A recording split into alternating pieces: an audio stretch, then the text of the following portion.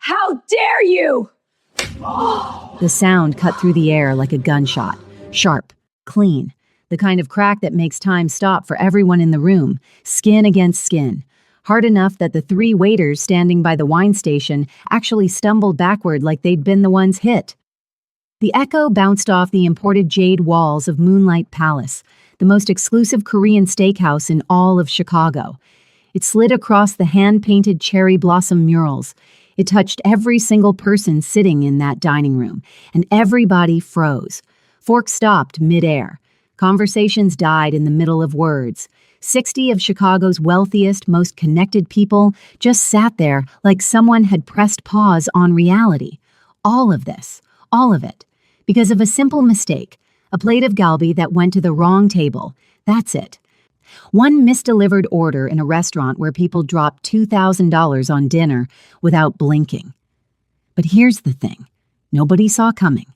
Jessica Monroe didn't cry. She didn't scream. She didn't even raise her hand to touch the cheek that was already burning hot and turning a deep, angry red. Instead, she did something that made the entire room hold its breath even tighter. She smiled. Not a happy smile, not a friendly smile, but a smile that said, "I've been through worse than you could ever imagine, and you just made a mistake you don't even understand yet." Her right hand came up slowly, deliberately, and touched the small gold locket hanging around her neck. Inside that locket was a photo of her mother, taken the day before she died, stage 4 cancer, no insurance. Bills that buried their family so deep Jessica was still climbing out 6 years later. Her mother had pressed that locket into her palm in the hospital, whispering words Jessica would carry forever. "Don't you ever let them break your spirit, baby. Don't you ever give them that." Now Jessica closed her eyes. Her lips moved just slightly. A silent prayer. 1 second, 2 seconds, 3.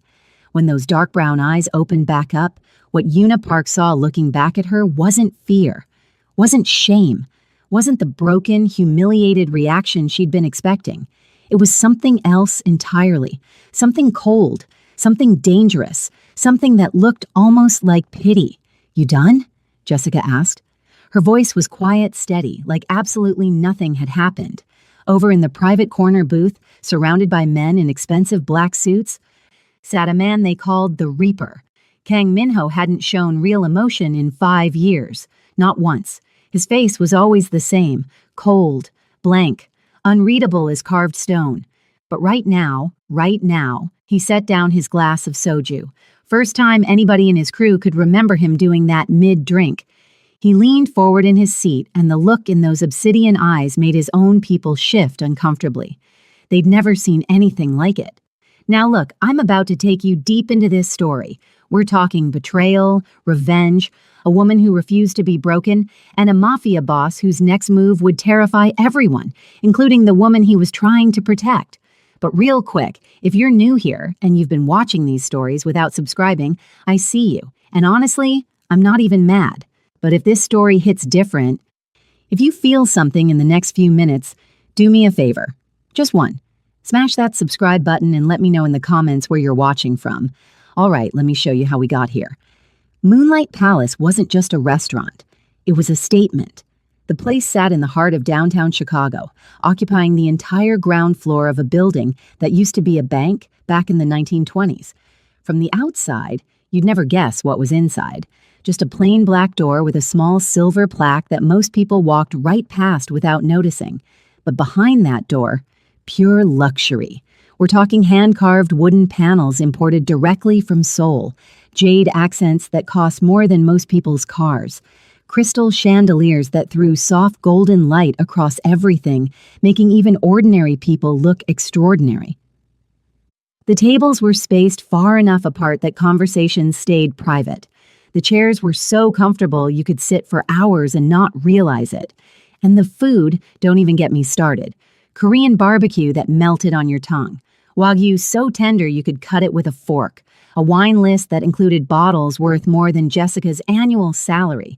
But Moonlight Palace wasn't famous for its food. Not really. It was famous for what happened between courses. This was where million-dollar deals got made over bowls of bibimbap, where politicians met with developers under the soft glow of candlelight, where secrets got traded like currency and alliances got sealed with expensive champagne. Everybody who mattered in Chicago knew about Moonlight Palace, and everybody knew the unwritten rule. Whatever happens at Moonlight Palace stays at Moonlight Palace. Until tonight. Until Una Park's hand connected with Jessica Monroe's face and changed everything. Jessica Monroe had been working at Moonlight Palace for 3 years. 28 years old, raised on the south side of Chicago, the kind of woman who didn't complain, didn't make excuses, just put her head down and worked. She had to. There was no other choice. Her mother died when she was 22. Cancer. The kind that moves fast and doesn't care about your plans or your dreams, or the fact that you're only 52 years old and still have so much life to live. Jessica had dropped out of nursing school to take care of her, watched her mother waste away over 8 months while the medical bills piled up higher and higher. $127,000 in debt by the time it was over. $127,000. The number haunted Jessica every single night. She'd lie in bed doing the math over and over, trying to figure out how to make it work. Because it wasn't just the debt. There was her little sister, Maya, too. 16 years old now, smart as hell, with dreams of going to college to study engineering. But college cost money. Books cost money. Everything cost money they didn't have. So Jessica worked double shifts at Moonlight Palace, sometimes 18 hours straight. She'd come home with her feet screaming and her back on fire, grab 4 hours of sleep if she was lucky, then get up and do it all over again. She hadn't bought herself new clothes in 2 years.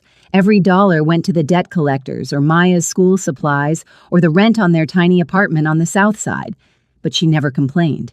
Not once. Because that's not who she was. That's not how Mama raised her. Tonight, though. Tonight was brutal. The restaurant was short-staffed. 3 servers called in sick, which meant Jessica was covering extra tables. She was exhausted, running on 3 hours of sleep and 4 cups of coffee. Her head hurt. Her feet hurt. Everything hurt. But she kept moving, kept smiling, kept doing her job. Then she got assigned to table 12. Una Park was the kind of woman who walked into a room and expected everyone to notice. Tall, beautiful in that sharp, expensive way that comes from the best plastic surgeons and personal trainers. Designer clothes, designer bag, diamonds dripping from her ears and fingers and wrists like she was trying to blind people with wealth. She moved like she owned every space she entered, and for a while, she kinda did. See, Una used to date Kang Minho. 3 years they were together. She was basically Korean royalty in certain circles. The girlfriend of the most dangerous man in the Midwest. Doors opened for her. People bowed. Nobody dared say no to anything she wanted. But then Minho ended it 8 months ago. Out of nowhere, he just ended it. No real explanation. No second chances. Just done. Cold and final. The way he did everything. Una had been trying to claw her way back ever since. Showing up at his restaurants, his clubs, his events, anywhere he might be, hoping he'd change his mind, hoping to remind him what he was missing. Tonight she was at Moonlight Palace with 4 of her socialite friends, drinking too much wine and getting louder with every glass. She kept glancing toward the VIP booth in the corner where Minho sat with his men, kept waiting for him to look her way. He didn't, and that made her angrier with every passing minute. By the time Jessica approached to deliver their food, Una was already on edge, already looking for somebody to take it out on. Jessica didn't know any of this. She was just doing her job. She reached across the table with a plate of galbi, the most expensive cut they served. At the exact same moment, one of Una's friends reached for her wine glass, bumping Jessica's elbow. The plate tilted, just slightly. Not enough to spill anything, not enough to cause any real problem. But it was enough for Una. Everything went crazy after that. Una jumped up from her chair like she'd been burned. Her face twisted with rage. She started screaming, actually screaming in the middle of this quiet, elegant restaurant. Are you kidding me? Are you serious right now? Jessica's heart dropped. I apologize, ma'am. Don't apologize. Do your job properly. Una's voice was shrill, cutting. Do you have any idea how much this meal costs? Do you have any idea who I am? Everyone was staring now. The whole restaurant. Conversation stopped. Forks frozen midair. Ma'am, nothing spilled. Please let me... And that's when Yuna's hand came up fast, hard. The slap echoed through the entire room. Jessica's head snapped to the side. Her cheek exploded with pain. She could taste blood where she bit the inside of her lip. The room went dead silent. The head chef stood frozen behind the kitchen window, knife suspended in midair. The sommelier held a $4,000 bottle of wine, not moving, not breathing. At table 8, a group of businessmen paused their multi-million-dollar merger discussion, expensive pens hovering over unsigned documents. Robert Chen, the 62-year-old restaurant manager with silver hair and tired eyes, gripped the host stand so hard his knuckles turned white. In 28 years at Moonlight Palace, he'd never seen anything like this. And in the VIP booth in the corner, Kang Minho sat perfectly still. His men around him held their breath, waiting to see what he'd do. But Jessica didn't look at any of them. She just stood there for a moment, her cheek burning, her heart pounding, every eye in the room locked on her, waiting for her to cry, waiting for her to run, waiting for her to crumble. Instead, her hand went up to that gold locket. She closed her eyes, said a silent prayer. 1 second, 2, 3. Then she opened her eyes, looked right at Yuna, and smiled. Not a happy smile, a knowing smile. A smile that said, "You just made a mistake." "You done?" Jessica asked, her voice as calm as still water. Yuna's mouth fell open, and across the room, Kang Minho, the man they called the Reaper, the man who never reacted to anything, set down his glass of soju and leaned forward with an expression that made his own men shift uncomfortably in their seats. And in that moment, as the most dangerous man in the room set down his glass and leaned forward, Jessica Monroe had no idea that those 3 seconds of prayer had just changed the entire direction of her life, or that his next move would terrify her more than anything she'd ever experienced. Yuna stood there with her hand still raised, frozen, confused, her brain trying to catch up with what just happened. See? She'd done this before. Not the slapping part exactly, but the intimidation thing, the putting people in their place thing. She knew how it was supposed to go. She'd seen it 100 times. First comes the hit, then comes the tears, then comes the begging, the apologizing, the desperate pleading for forgiveness. That's how it always worked. That's how the world worked when you had money and power and connections. But this waitress, this nobody in a cheap uniform with tired eyes, hadn't followed the script. She'd touched her necklace. She'd closed her eyes. She'd prayed, for God's sake. And then she'd looked right at Yuna and smiled, like Yuna was a child throwing a tantrum, like that slap meant nothing. Something twisted in Yuna's chest, embarrassment, confusion, and underneath it all, a rage so hot it made her vision blur. Her hand came up again, ready to swing harder this time. That's when she heard the footsteps. Kang Minho moved like death itself, slow, deliberate, each step hitting the marble floor like a hammer fall, like a warning bell. The whole restaurant tracked him with their eyes, even though everybody pretended they weren't looking. The businessmen at table 8 suddenly found their contracts fascinating. A woman near the window studied her wine glass like it held the secrets of the universe. The servers along the wall pressed themselves back, trying to become invisible. From the shadows near the bar, a man emerged. Tae Sung, Minho's head of security, built like a tank, with eyes that missed nothing and hands that had ended more fights than started them. He moved when Minho moved, staying 3 steps behind, ready for whatever came next. Yuna watched Minho approach, and for just a second her heart jumped. Maybe he was coming to defend her. Maybe he still cared after all. Maybe this was her moment to prove she belonged by his side. She dropped her hand, fixed her face into something softer, let her eyes go wide and wounded. But Minho walked right past her. He stopped between her and Jessica, his back to the waitress, his eyes locked on Yuna. And what Yuna saw in those obsidian eyes made her blood run cold. Nothing. Absolutely nothing. No warmth, no affection, no memory of what they used to be. Just ice and something darker. Something that looked like disgust. "Minho," Yuna started, reaching for his arm. "Don't." One word. Quiet. But it cut through the air like a blade. Yuna's hand stopped mid-reach. "You struck a woman," Minho said. His voice was low, barely above a whisper, but somehow it carried through the whole room. In my restaurant, in front of my guests, over nothing. She almost ruined the meal. I don't care about the meal. Yuna blinked. What? I don't care if she dropped the entire plate on you. I don't care if she set your clothes on fire. Minho's eyes never left hers, never blinked. You lost control in public, in my establishment. You made a scene that every person in this room will remember and talk about and use against me. I was defending your reputation, Yuna said, her voice rising desperately. Our reputation. Our reputation. Something flickered in Minho's expression, something cold and final. There is no our anymore. There hasn't been for 8 months, and even when there was, you never had a reputation worth defending. You were just the woman I was seeing. The words hit Yuna like physical blows. She could feel tears forming in her eyes. Real ones this time, not the fake kind she usually used to manipulate situations. Minho, please, I made a mistake.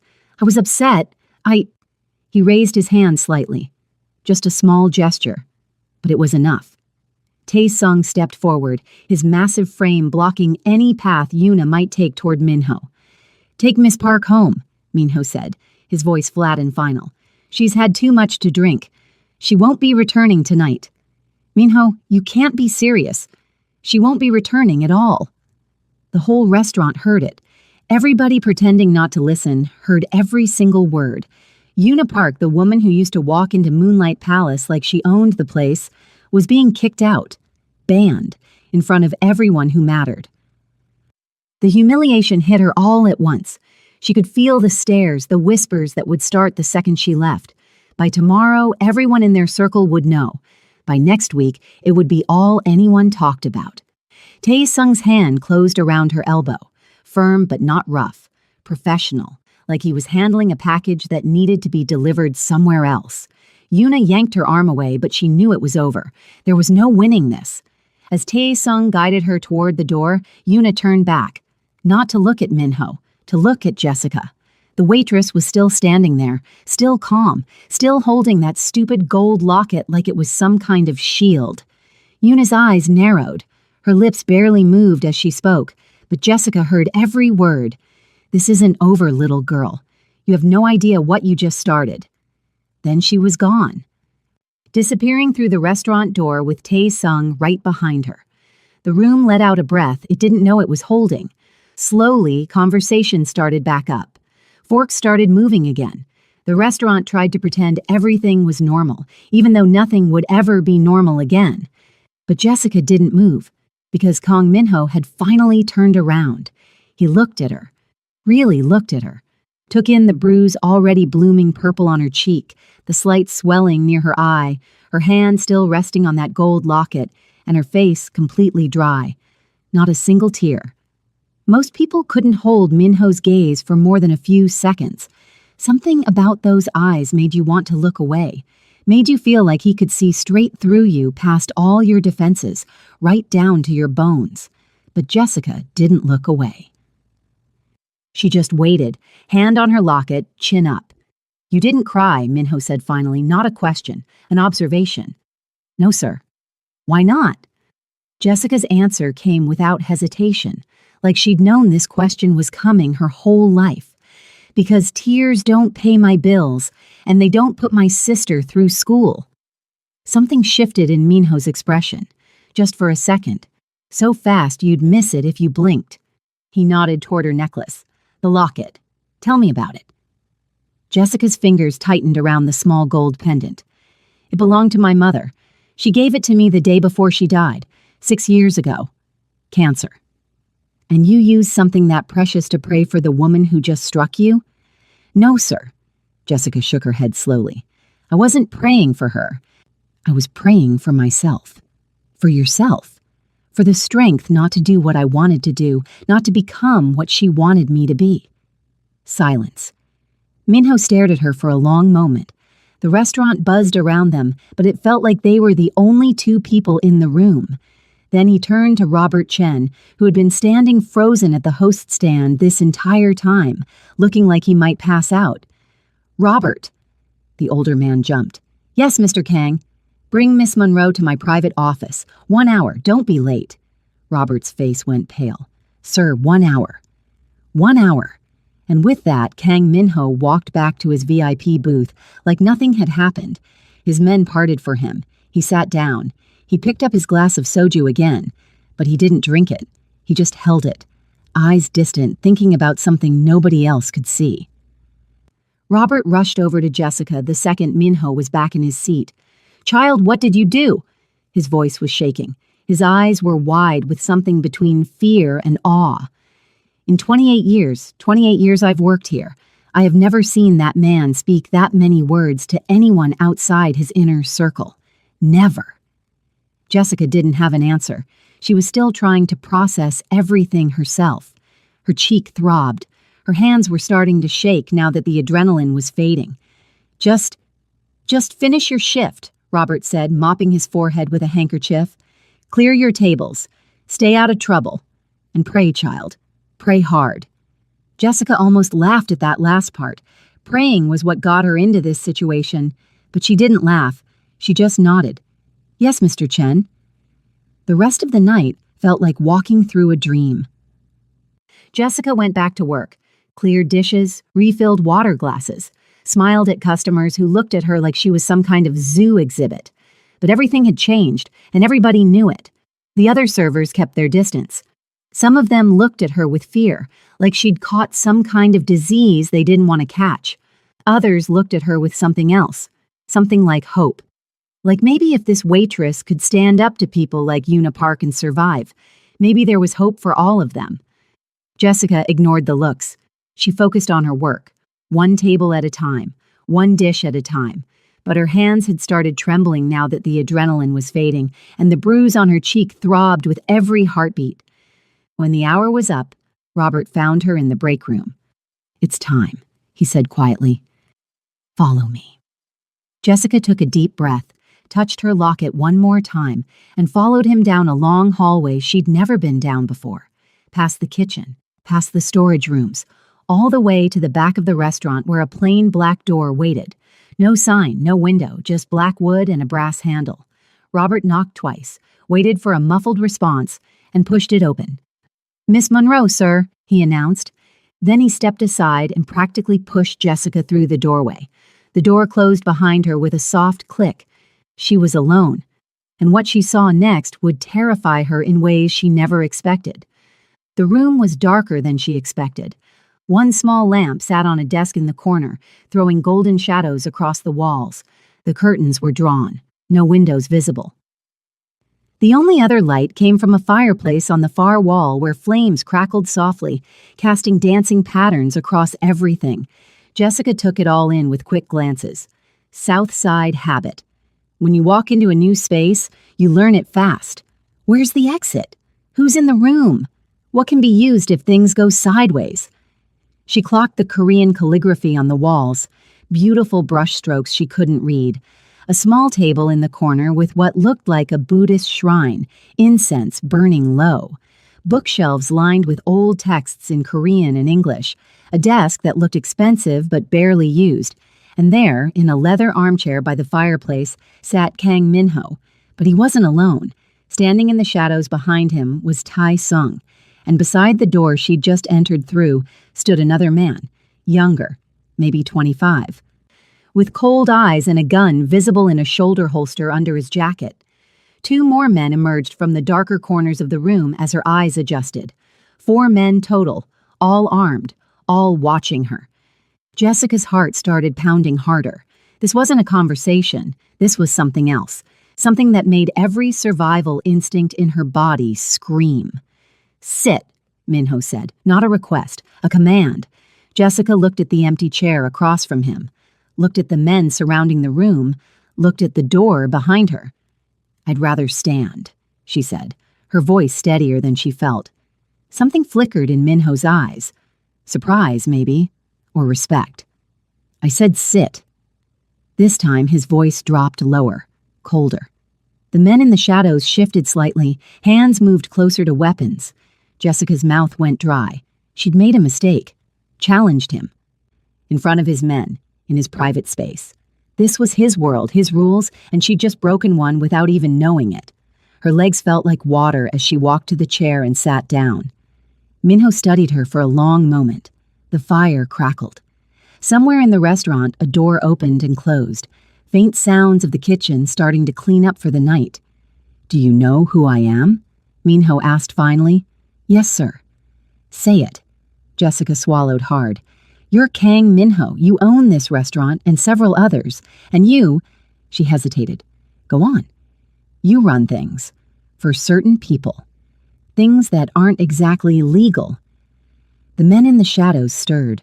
One of them made a low sound in his throat. Taesung's hand moved to his gun, but Minho raised a hand slightly, and everyone froze. "Things that aren't exactly legal," he repeated. And there was something almost like amusement in his voice. "That's one way to put it. Do you know what we do to people who disrespect us? Who cause problems? Who make scenes in our establishments?" Jessica's heart was hammering so hard she could hear it in her ears. "I can imagine." "Can you?" Minho leaned forward slightly. "I don't think you can. I don't think someone like you, someone who prays and works hard and takes care of her little sister, has any idea what we're capable of." The way he said "someone like you" made Jessica's skin crawl, not with disgust, with something else.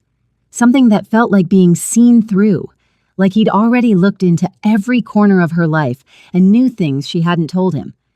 "How do you know about my sister?" she asked, the words coming out before she could stop them. "I know everything about you, Jessica Monroe." Minho's voice was calm, matter-of-fact. Born March 15, 1996, on the South Side. Mother died of cancer when you were 22. Dropped out of nursing school at Rush University to take care of her. $127,000 in medical debt. Little sister Maya, 16 years old, junior at Morgan Park High School, wants to study engineering at Northwestern. You work 60-hour weeks trying to keep your heads above water. Your apartment on 79th Street costs $1,100 a month, which is $200 more than you can really afford. Should I go on? Jessica felt ice forming in her stomach. "How?" "I know everything about everyone who works in my establishments," Minho said. "It's called due diligence, background checks, financial records, social media. It's not hard when you know where to look." He paused. "But that's not why you're here." "Then why am I here?" Jessica asked, forcing her voice to stay steady even though she was terrified. "Because you interest me." The words hung in the air. "Interest you how?" Minho stood up slowly and all four men in the shadows tensed. He walked to the fireplace, picked up a poker, and stirred the flames. Sparks flew up the chimney. Most people, when they get hit like you did, they break. They cry. They beg. They try to make themselves smaller, less visible, less of a target. He set the poker down. "But you smiled. You prayed. You looked at her like she was beneath you, like nothing she could do would touch you." "My mother taught me." "Your mother taught you dignity," Minho interrupted. "Taught you strength. Taught you that no matter what happens, you don't give people the satisfaction of breaking you." He turned to face her. "She taught you well, but dignity doesn't pay medical bills. Strength doesn't put your sister through college. So here's what's going to happen." He walked back to his chair, sat down, and looked at her with those obsidian eyes that revealed nothing. "Starting tomorrow, your debt is gone. All $127,000, paid in full." Jessica's breath caught. "What?" "Your sister's college tuition, Northwestern, MIT, wherever she wants to go. Paid in full. Books, room and board, everything. Your rent gets cut in half, and the difference comes out of a discretionary fund I control. You'll never see it, never touch it. But you'll never have to worry about being evicted again." Jessica's mind was spinning. This didn't make sense. None of this made sense. "Why would you do that?" "Because I'm not done." Minho leaned forward. "Your salary gets tripled, starting tonight. And from now on, you report directly to me, not to Robert, not to the kitchen manager, to me." "Report what?" "Everything you see, everything you hear, every conversation that seems off, every customer who doesn't belong, every server who's acting strange. You become my eyes and ears inside Moonlight Palace." The ice in Jessica's stomach turned to stone. "You want me to spy for you. I want you to observe, to pay attention, to tell me things I need to know. And if I say no? The question came out as barely a whisper. Minho's face didn't change. Then you walk out of here, go back to your life. Your debt stays. Your sister's dreams stay dreams. And you hope that Una Park, who has money and connections and a very long memory, doesn't decide to make your life even harder than it already is. Jessica felt trapped, caught between a rock and a hard place, like her grandmother used to say. You're blackmailing me. I'm offering you a choice. Minho's voice was still calm, still reasonable, like they were discussing the weather. A choice between struggling alone or accepting help that comes with conditions. That's not blackmail. That's life. Help? Jessica's voice rose despite her fear. You call this help? Forcing me to work for you? To spy on people I work with? Yes. Minho didn't even blink. Because the alternative is watching your sister give up her dreams, watching the debt collectors take everything you own, watching yourself work yourself to death by the time you're 35 because you're too proud to accept help from someone you think is beneath you morally. I never said you didn't have to. I can see it in your eyes. You think I'm a monster, a criminal, someone your mother would be ashamed to know you were associated with. Jessica said nothing because he was right. Minho nodded slowly. Your mother sounds like she was a good woman, strong, principled. But let me ask you something. If she were here right now and I offered her this same deal, what do you think she'd say? She'd tell you to go to hell. Would she? Minho's eyes bored into hers. Or would she swallow her pride and do whatever it took to protect her daughters, to give them a chance at a better life? That's what good mothers do, isn't it? They sacrifice. The words hit Jessica like a punch to the gut, because he was right. Mama had sacrificed everything, worked 3 jobs, skipped meals so her daughters could eat, refused treatment at the end because she didn't want to leave them with more debt. She'd done whatever it took. You're manipulating me, Jessica said, but her voice had lost its edge. I'm giving you the same choice your mother faced every day of her life, Minho replied. The choice between pride and survival, between principles and practicality, between what you wish the world was and what it actually is. He stood up again, walked to his desk, and pulled out a folder. He set it down on the small table between them. In this folder is a contract. Read it. Think about it. You have until tomorrow night to decide. If you say yes, you sign it. If you say no, you walk away, and we never speak of this again. And if I tell someone? The police?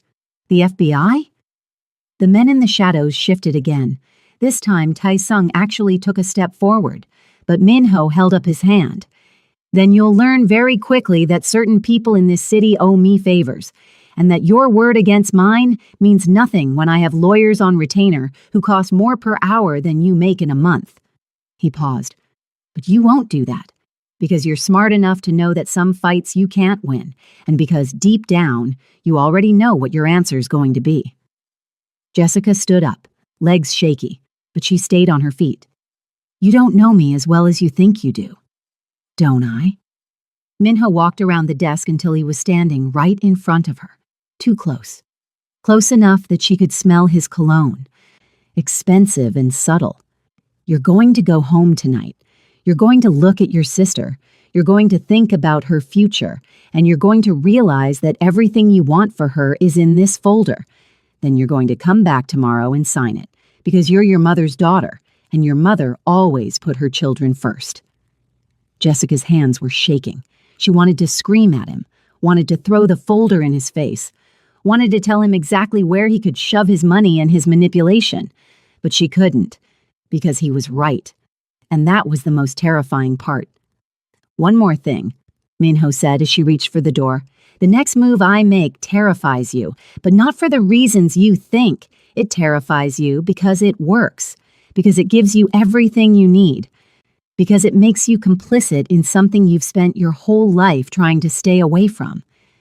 He moved closer, his voice dropping to barely above a whisper. And the most terrifying part? You're going to realize that people like me aren't monsters. We're just people who stopped pretending the world is fair, who stopped waiting for help that never comes, who learned to survive by any means necessary. Jessica jerked the door open and practically ran down the hallway. Behind her, she heard one of the men chuckle. Then Minho's voice, calm and certain. "She'll sign. They always do." Jessica didn't go straight home. She couldn't. Instead, she walked. Through downtown Chicago, past the bright lights and expensive shops, down toward the lake where the water looked black and endless under the night sky. She sat on a bench, folder clutched in her hands, and finally let herself cry. Not for herself, for what she was about to do, for the choice that wasn't really a choice at all. She opened the folder, read the contract by the light of a street lamp. It was exactly as he'd described. Debt paid, tuition covered, salary tripled. In exchange for observational services and discretionary reporting. Such clean language for something so dirty. Her phone buzzed, a text from Maya. "Where are you? It's late. I'm worried." Jessica looked at the message for a long moment. Then she took a picture of the contract, sent it to herself as backup, and stood up. She knew what she was going to do. She'd known the moment Minho mentioned Maya's dreams, known the moment he'd talked about her mother's sacrifices, known the moment she realized that dignity doesn't put food on the table or books in your sister's backpack. The walk home took an hour. By the time she climbed the stairs to their third-floor apartment, she'd made peace with it, or at least that's what she told herself. Maya was waiting up, homework spread across their tiny kitchen table. "You okay? Your face? Oh my God, what happened to your face?" Jessica had forgotten about the bruise. She touched her cheek gently. "Nothing. Just a difficult customer." "Did they fire you? Are we—" "No," Jessica said quickly. "Actually, I got a promotion. A big one." Maya's eyes widened. "Really? Really? Triple salary, benefits, everything. Jess, that's amazing." Maya jumped up and hugged her. "We can finally breathe. Maybe get a better apartment. Maybe I can apply to—" "Northwestern," Jessica finished. "You can apply to Northwestern, full ride. I can cover it now." Maya pulled back, eyes searching her sister's face. "How? How can you possibly—" "Don't worry about it," Jessica said, forcing a smile. "Just know that you're going to college. You're going to be an engineer. You're going to have everything Mama wanted for you." "What did you do?" Maya asked, and there was something in her voice. Something that knew. "What I had to," Jessica said quietly. "What Mama would have done." Maya looked at her for a long moment. Then she hugged her again, tighter this time. "I love you," she whispered. "I know, baby girl, I know." That night, lying in bed, Jessica stared at the ceiling and thought about Minho's words. "People like me aren't monsters. We're just people who stopped pretending the world is fair." She touched her locket, whispered to her mother's memory. "I'm sorry, Mama. I know this isn't what you wanted for me, but I don't know what else to do." No answer came, just the sound of Maya sleeping peacefully in the next room, the sound of debt collectors not calling, the sound of a future that might actually happen. And tomorrow she would go back to Moonlight Palace. She would sit across from Kang Minho, and she would sign the contract that would terrify her for the rest of her life. Not because of what it said, but because of how easy it was to sign. How little it took to compromise everything she thought she believed in. How quickly pride disappeared when survival was on the line. That was his next move. Not violence, not threats. Not the kind of terror you could fight against, but the kind that came from realizing you were exactly who he said you were. Someone who would do whatever it took. Someone who, when pushed far enough, would cross lines they swore they'd never cross. Someone who was more like him than they wanted to admit. And as Jessica finally drifted off to sleep, she didn't know that signing that contract would pull her into a world of betrayal, conspiracy, and danger that would make tonight's encounter look like a gentle introduction. She didn't know that Una Park was already plotting revenge. She didn't know that there were people inside Minho's organization who would see her as a threat. She didn't know that the most dangerous game in Chicago was just beginning, and she was now a player. Okay, this is where things start getting twisted. And I know some of you are already hooked. I can tell by the watch time. If you haven't subscribed yet, this is your sign. This story is about to go places you're not expecting. Smash that subscribe button and let me know in the comments where you're watching from. All right, let's keep moving. Jessica returned to Moonlight Palace the next night at exactly 7:00 p.m., just as the dinner service was starting. She'd barely slept, kept waking up in a cold sweat, the contract words echoing in her head. Observational services, discretionary reporting. Such clean words for such dirty work. She dressed carefully, nothing too nice that would make her look like she was trying too hard, nothing too shabby that would make her look disrespectful. The signed contract sat in her bag, folded carefully, a weight heavier than paper should be. Robert Chen met her at the door. His face was pale, his eyes red-rimmed like he hadn't slept either. "Miss Monroe," he said formally, "Mr. Kang is expecting you in his office." "I know." Jessica's voice was steadier than she felt. "Robert, did you know what he was going to offer me?" Robert's jaw tightened. He looked around quickly to make sure no one was listening, then leaned in close. "Child, I've worked here 28 years. I know what he does. I know what he is. And I know that once you step into his world, you don't step back out." "You could have warned me." "Would it have changed anything?" Robert asked, and his voice was sad. "Would it have kept your lights on? Kept your sister in school? Put food on your table?" Jessica said nothing because he was right. "I didn't warn you because it wouldn't have mattered," Robert continued. "And because I've seen what happens to people who refuse him. He doesn't threaten. He doesn't hurt them. He just lets the world eat them alive while he watches. At least this way, you get something out of it." "Does that make it better?" "No," Robert said simply, "but it makes it survivable." He straightened up, his professional mask sliding back into place. He's waiting. Jessica walked down that same hallway, past the kitchen, past the storage rooms, to that same black door. This time, she didn't wait for Robert. She knocked twice herself.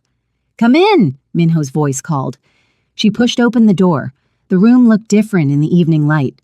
Less shadowy, less threatening. Just an office with nice furniture and a fireplace.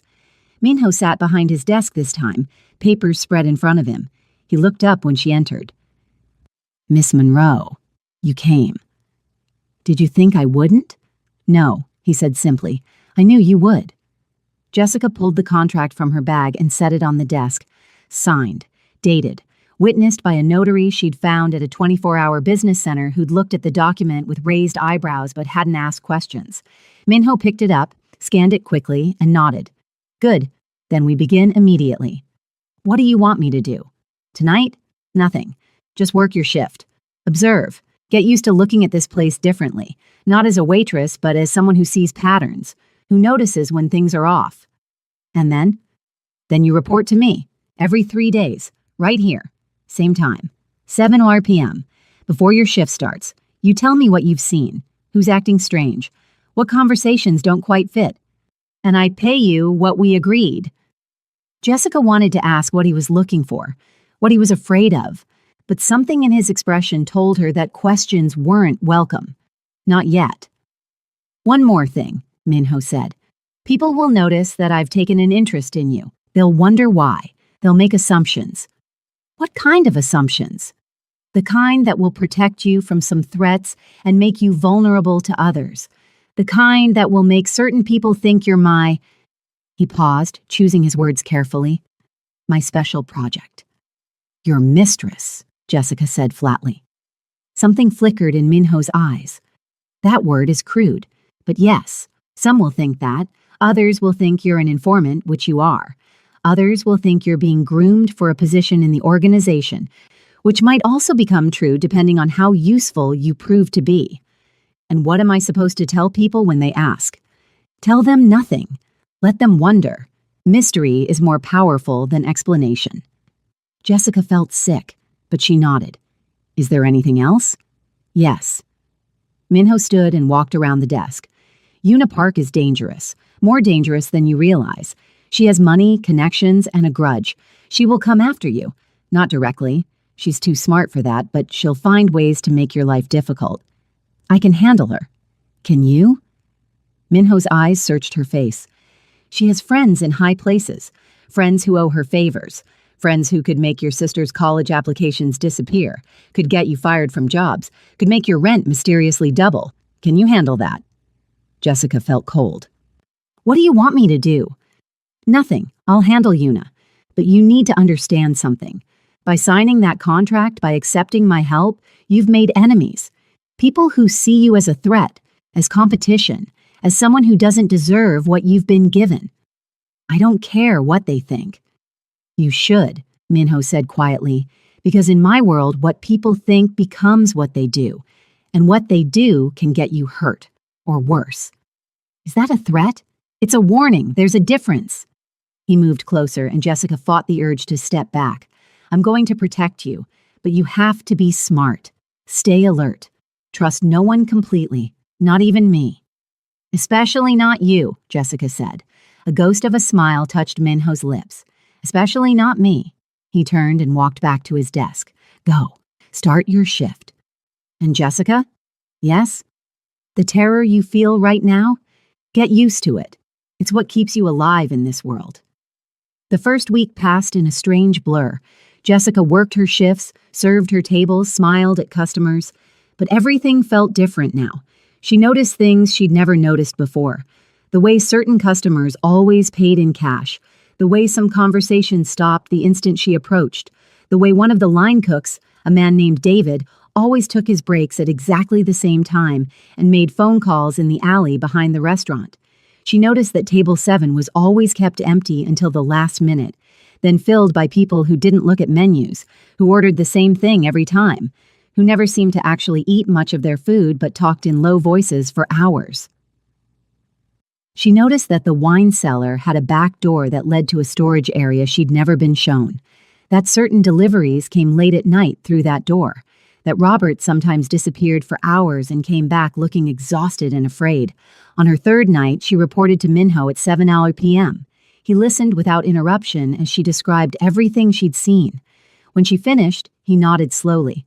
The cook, David, he's a problem. He's been stealing and selling information about our shipments. Shipments of what? Don't ask questions you don't want answers to, Minho said. What about Table 7?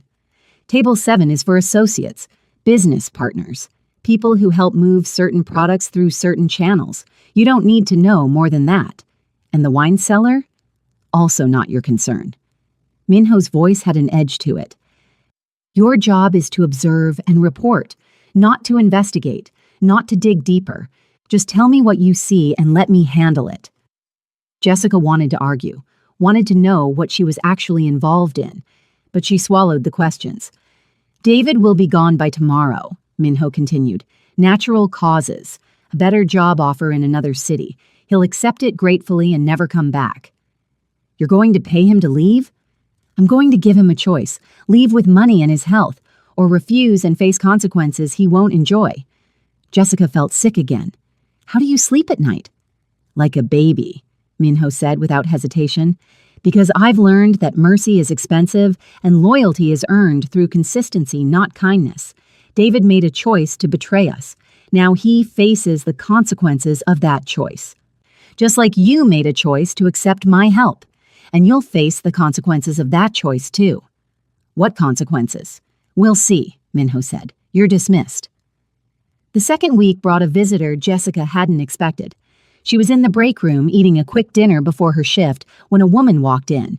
Tall, elegant, probably in her late 30s, wearing a suit that cost more than Jessica's entire wardrobe. Jessica Monroe? The woman asked, her voice cultured and cold. Yes? My name is Sun-Hee Park. I'm Yuna's mother. Jessica's blood ran cold. I don't want any trouble, Mrs. Park. Then you shouldn't have gotten involved with Kang Minho, Sun-Hee said, pulling out a chair and sitting down uninvited. Do you know why he's interested in you? He offered me a job. He's using you, as a pawn, as a message to my daughter. As a way to remind her that he can give her position, her status, everything she had to some random waitress he picked up off the street. Jessica's jaw tightened. I'm not some random waitress. No? Sun-Hee's smile was sharp. Then what are you? His new girlfriend? His mistress? His spy? Because that's what people are saying, that you're his new toy. And toys get broken very easily in his world. What do you want? I want you to understand what you've gotten yourself into. Minho is dangerous, not in the ways you think, not because he's violent or cruel, but because he's calculating. He uses people until they're no longer useful, then discards them. My daughter spent 3 years trying to be what he wanted, and in the end he threw her away like garbage. Maybe she wasn't what he wanted, Jessica said before she could stop herself. Sunhee's eyes flashed. Be careful, girl. You think you're special because he's paying off your debt? Because he's giving you money. He's done that before. For other women. Other people he wanted to control. And where are they now? I don't know. Exactly. Because they're gone. Disappeared. Moved to other cities. Or worse. Sunhee stood up. I came here to give you a chance. Walk away now. Take what he's already given you and disappear. Change your name. Move far away. Start over. And if I don't? Then you'll learn what my daughter learned, that Kang Minho destroys everything he touches, and by the time you realize it, it'll be too late. She walked to the door, then turned back. One more thing. Yuna isn't done with you. She's planning something. I don't know what, but she has friends. Powerful friends. And they don't forget. They don't forgive. So if you're smart, you'll run while you still can. Then she was gone, leaving Jessica sitting alone in the break room, heart pounding, wondering if she'd just made the biggest mistake of her life. That night, she told Minho about the visit. He listened without expression, then said simply, "Let me handle the parks." "What are you going to do?" "What I always do. Make it clear that you're under my protection, that anyone who touches you touches me, that there will be consequences. I don't want you to hurt them." "I don't plan to," Minho said. "Hurting them would be messy, expensive, draw unwanted attention. No, I'm going to do something much more effective. I'm going to make them afraid." "How?" Minho's smile was cold. "You'll see." 3 days later, Sunhee Park's husband lost a major development contract worth $50 million. The official reason was permit issues, but everyone in Chicago's business community knew the real reason. Kang Minho had made some calls, pulled some strings, and just like that, the Park family lost a fortune. Yuna's father had a heart attack from the stress, not serious enough to kill him, but serious enough to send a message. Jessica heard about it from the other servers who whispered about it in the kitchen, about how the mighty Park family had been brought low, about how nobody messes with Kang Minho's interests, about how Jessica must be very special for him to go to such lengths. That night, when she reported to Minho, she confronted him. "You almost killed a man." "I didn't almost kill anyone," Minho said calmly. "Mr. Park has high blood pressure and poor health habits. The stress of losing a contract was unfortunate timing, but not my fault." "You took away their money, their livelihood." "I took away one contract," Minho corrected. "They're still rich, still powerful, just less so. And now they know that touching you has consequences. That should keep them in line." "You're a monster," Jessica said, and meant it. Minho looked at her for a long moment. "Yes," he said finally, "I am. But I'm your monster now. And that means you're safe. Isn't that what you wanted? Safety? Security? Protection for you and your sister?" Jessica wanted to scream, wanted to throw something, but she couldn't because he was right. "Why?" she asked instead. "Why are you doing this? Why go this far for someone you barely know?" Minho stood and walked to the window. For a long moment, he didn't speak. Then quietly, "Because I know what it's like to have nothing, to be powerless, to watch people you love suffer because you can't protect them." He turned back to her. "My family came to America with nothing. My father worked in a laundry. My mother cleaned houses. We lived in one room, shared a bathroom with 6 other families. I watched my parents break themselves trying to survive." "What happened?" "They died. My father of a heart attack at 45. My mother of exhaustion at 48. And I swore that I would never be powerless again, that I would never watch someone He stopped himself. That I would never be in a position where I couldn't protect what was mine." "I'm not yours," Jessica said quietly. "Aren't you?" Minho's eyes were intense. "You signed the contract. You took the money. You work for me. You report to me. You're under my protection. That makes you mine, whether you like it or not. Jessica felt trapped again, but also, strangely, something else, something she didn't want to name. What happens now? She asked. Now we continue. You keep working, keep observing, keep reporting, and I keep protecting you from people who want to hurt you. Like Yuna? Especially like Yuna, because she's not done. Her mother warned you, and she was right. Yuna is planning something. Something big. Something that could destroy both of us if we're not careful. What could she possibly do? Jessica asked. Minho walked back to his desk, pulled out a file, and opened it. Inside were photographs, surveillance photos, of Jessica, walking to work, picking up Maya from school, sitting on their apartment steps, all taken from a distance. All dated within the last week. Jessica's blood ran cold. She's following me. She's building a case, Minho said, gathering evidence, trying to find your weaknesses, your vulnerabilities, the things she can use against you. To do what? I don't know yet. But whatever it is, it'll be designed to hurt me by hurting you, to prove that I can't protect what I claim is mine, to make me look weak. He closed the file.